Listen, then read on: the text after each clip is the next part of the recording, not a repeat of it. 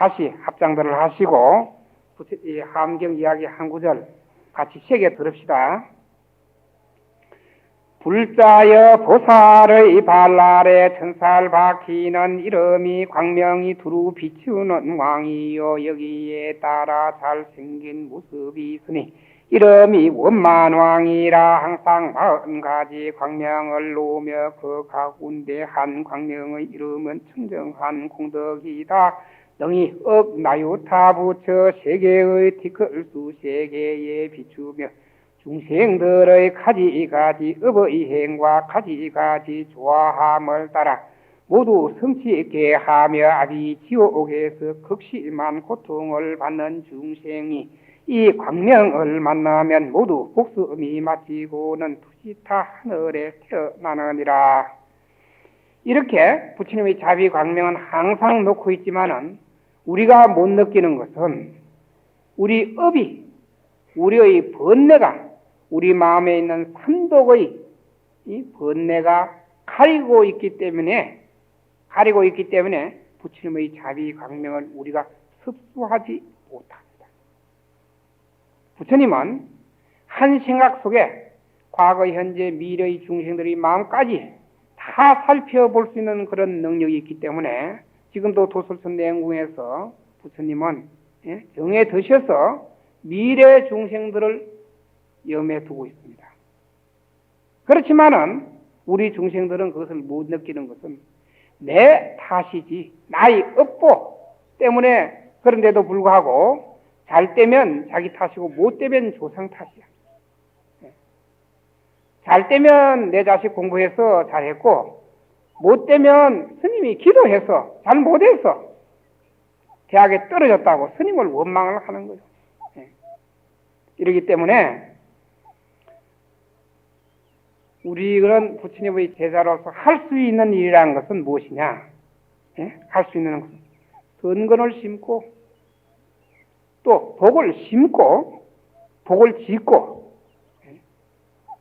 노력하는 일밖에 없는데 나의 노력은 하지 않고 뭘 하느냐? 기대만 하는 거예요. 나무도 심지 않고 과일만 따려고 그래요. 연불면마다 해놔놓고 극락 가려고 그거 합니다. 시상에 그럴 수도 있나 이겁니다. 그렇기 때문에 이 세상의 힘 가운데 제일 큰 힘이 무엇이냐? 복의 힘이에요. 복이라는 것은 무엇이냐면 짓는 겁니다. 어떤 경우에도 복을 짓는 것이 복은 비는 것이 아니에요. 아마 여러분들 부처님 경전 들어 읽었겠습니다만은 어떤 경전에도 기복이라는 구절은 없습니다. 이 기복이란 말은 다른 종교를 가진 사람들이 불교를 피파하기 위해서 기복 종교다, 기복 불교다, 또 치마 불교다, 여자분들이 저래 많이 온다 해가지고 이렇게 비하하는 겁니다. 불교는 어떤 경우에도 기복이란 말은 용납도 하지 않고 어불성설입니다. 팔만대장경 어느 구절에도 기복이란 말은 단 작복하라, 복을 지어라는 겁니다. 저 이야기 한 토막 더 들려드리겠습니다. 1964년 여기 감로당에 와서 살았습니다. 학인으로. 어린 사미로서. 물론 나이는 20살이 넘었지만 저리 온 지 몇 년 안 되었으니까 어린 사미로 살았습니다. 학비가 없어. 그때는 절 형편들이 다들 어려웠습니다. 아마 여러분들도 막 어려운 있었던 그런 시대예요. 치약이 없어가지고 모래를 가지고 이를 닦았습니다. 그러나 이빨이 썩어 보니까 썩은데 이 모래가 끼니까 하루 전부로 이게 나오는 거예요. 끼었다가 나오고 끼었다 나오니 부시럭하면 씹어보면 부시럭하면 모래를 씹는 거예요. 고무신이 없어가지고 다른 스님이 신다 버린 신을 신었더랬어요. 주워가지고. 어떤 때는 흰 고무신 한 짝, 어떤 때는 검은 고무신 한 짝. 그래도 그게 부끄럽다, 창피스럽다, 어렵다 그런 생각을 안 해봤어요.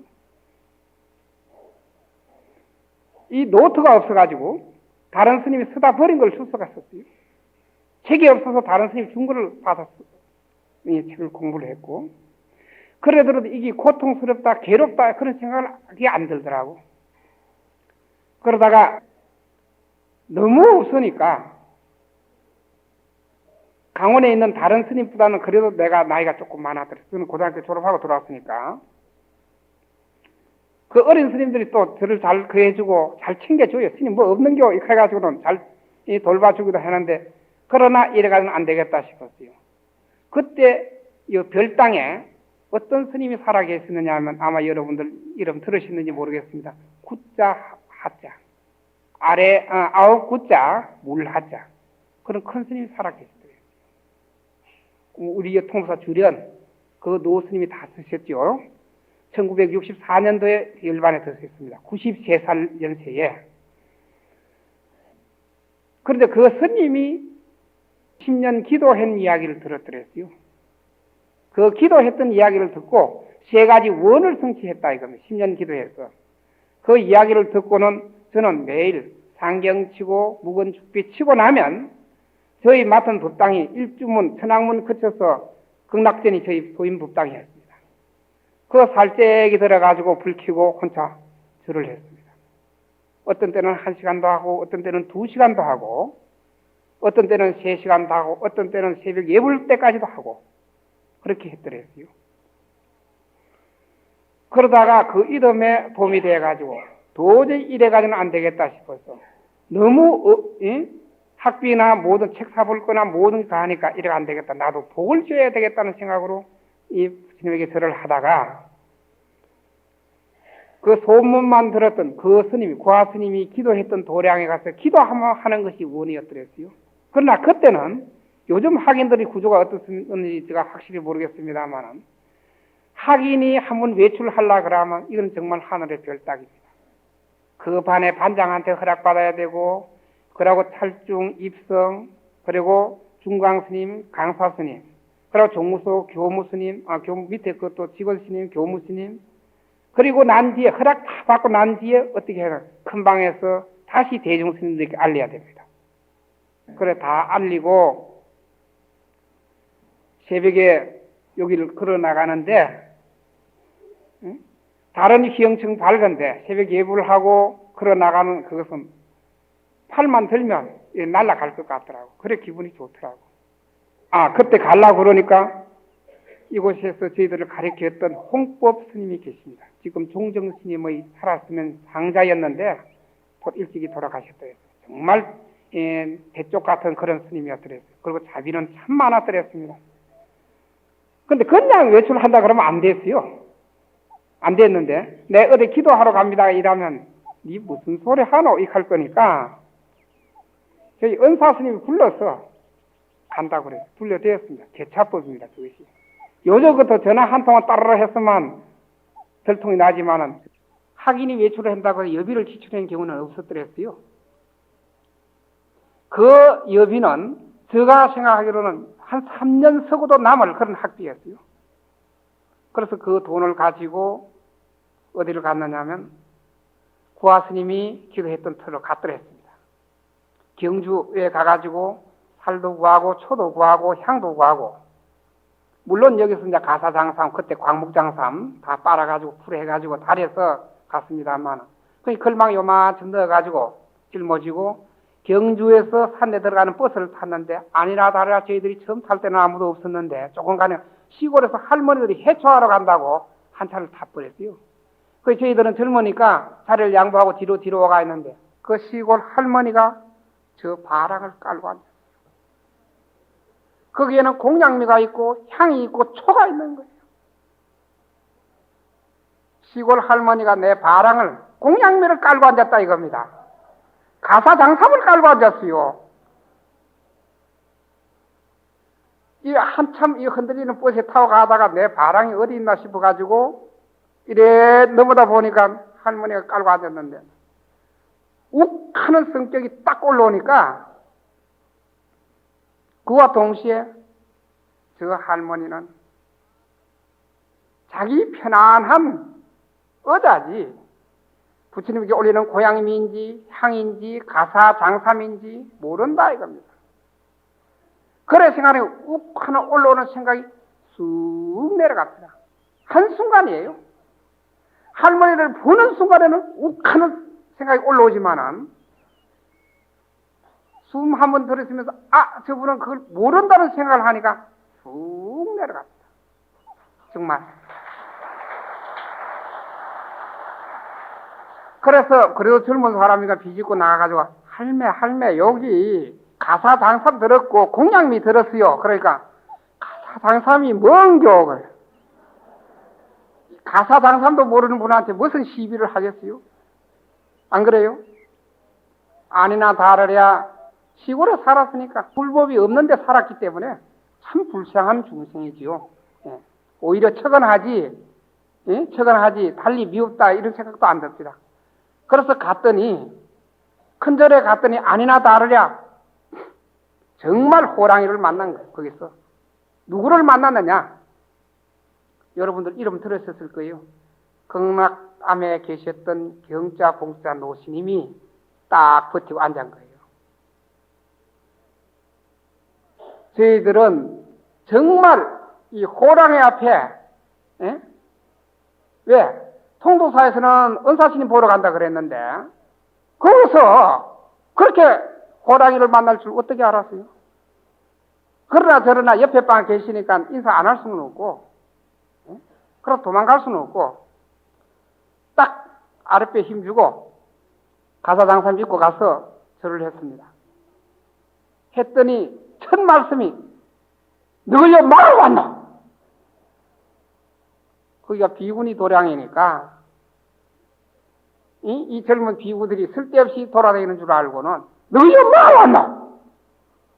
안 그래도 지금 강이 콩날만 해가지고 노심한테 바들바들 떨면서 그러다고 할 수도 없어가지고 절하러 갔더니 이 노시님이 너희여 뭐하러 왔노? 하는데야. 그래서 스님 사례함에 기도하러 왔습니다. 정말 고양이 이 소리같이 아주 조그마한 소리로 기도하러 왔습니다 했더니 그 다음 말씀 너가 참 잘 왔다는 거예요.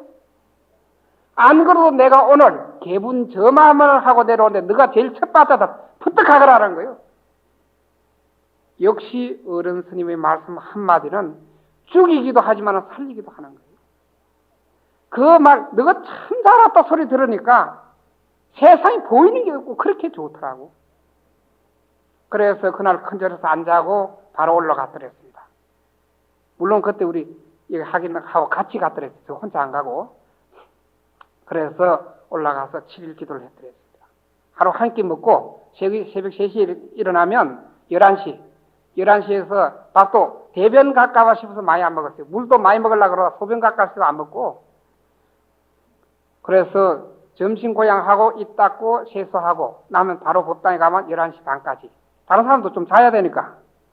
그렇잖아요. 저 혼자 목탁 두드리면 집안 잘 나는 것도 아니고 다른 사람도 자야 되니까 9시 이상은 목탁은 안 두드리면서 혼자 기도를 하고 11시 반에 자고 하루 3시간을 자더라도 오히려 기운이 더 넘쳐나요. 거기 있는 스님들은 그때 날 보고 저 스님 돌았다 그랬어요. 예. 그렇게 7일 기도를 하고 나니까 그 스님네들이 그때 그 비구니 스님들이 살았더랬습니다. 비구니 스님들이 스님 여비하이소 하고 여비를 주더라고요. 1년 학비가 더 되는 거였습니다. 그 스님들이 여비 주는 것이 여기서 홍법 스님이 주어서 향, 초, 살, 공양비 다 구했죠. 거기서 또 돌아오면서 또 여비를 받았죠. 그것 가지고 여기서 2년 동안 있으면서 학비를 했습니다. 그 뒤에도 저는 그날 암자에서 내려오면 아마 그 암자를 거쳐오신 분은 아시겠습니다. 아주 고복합니다. 내려오는 발걸음이 여기가 구름을 타고 오는지 뭐하는지 그렇게 기쁘고 좋아요. 그 뒤로부터 이때까지 저리 온 지 한 30몇 년 되었습니다만 하고 싶은 일 안 한 게 별로 없어요. 하려고 하면 큰 일을 하려고 하면 꼭 기도를 하고 합니다. 그렇기 때문에 우리 신도님들 저희 체험입니다만은 이 자랑하려고 한 건 아니에요.